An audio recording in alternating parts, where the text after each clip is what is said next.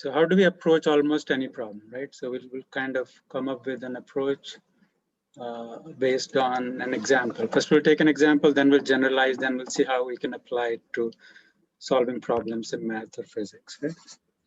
So suppose there's a window and then, some kids are playing, the ball hits the glass and the glass breaks. So now we have a window, so a window with broken glass and then maybe some broken glass on the floor.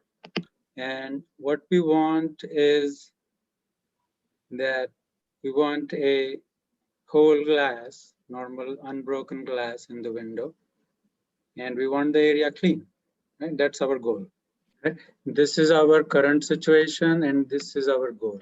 The current situation, we want to get to our goal, we need something, right? We need to do something. We may need a broom, we may need a vacuum, I even need gloves.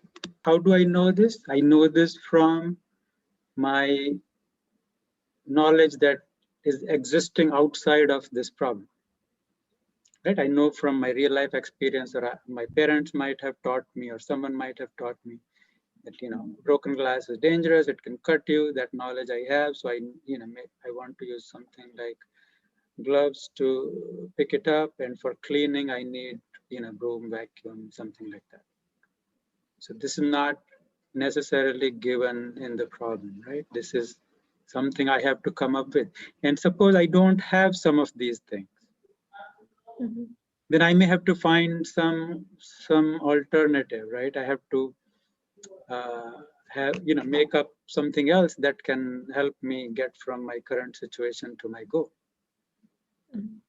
Or in some situations, I may not even know, I may not have anything to get from the current situation to my goal. Maybe that's an opportunity to invent something, to do something like that, because no one has figured it out how to do that. And maybe that's something that people may have a need for, right? So going from here to here, right, I need to go buy some new glass as well, right? I also need to know how to install that, right, in the window. And similarly, cleaning up, I also have to take out the broken glass and clean that up. And then I'm using this knowledge and other tools that I may have to help me reach my goal. We can generalize this approach or apply this approach to solving problems in physics or math, right? And normally, if you're dealing with problems in science or math, you may be given some information in the problem. Depending on the nature of the problem, you may have to figure out something, right? There may be something unknown that you're trying to figure out and make it known, right? That's one kind of problem. Another kind of problem may be that some things are given and then you're also given an end goal, and you're told that this end goal is true and you have to prove it, but you're trying to check if it is true or not, right? So from here, you have to find a way to check if something is true or not true. In each of these situations, we are usually going from step to step, from one point to another, incrementally finding some more information, right? Or in this case, we are saying this is equivalent to that, is equivalent to that, and eventually we will reach, because in each step we are finding something equivalent, right? Or something that can be logically deduced.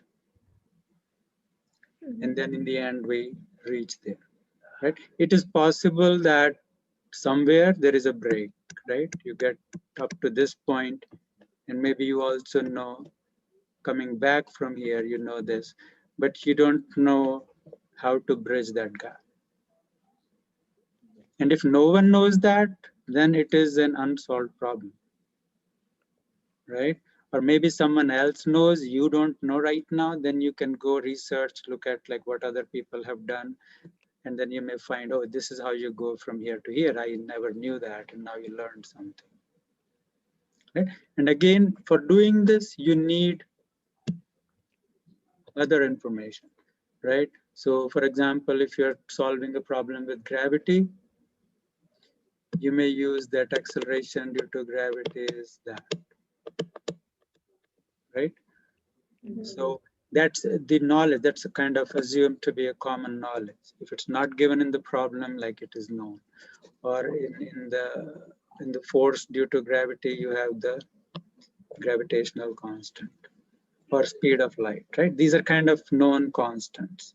Yeah. Then there are if you're working with scientific problems, then there are laws, right? Conservation of energy or conservation of momentum. When are they applicable and what do they say? You use that information in going from one point to another on the way to the solution, right? Or in math, you'll have some results or theorems. But you have to see what's applicable, and something's applicable, then you're able to use that and progress towards your goal. Right? Or if there is a gap, then you may invent something to bridge that gap. Right. But this is the general approach you can use almost anywhere, right? So if you're able to view things at this level, then you know, okay, I know this part, I know this part, I have to connect them, and what is applicable in this problem, let me gather that information and then find a logical path from one to the other.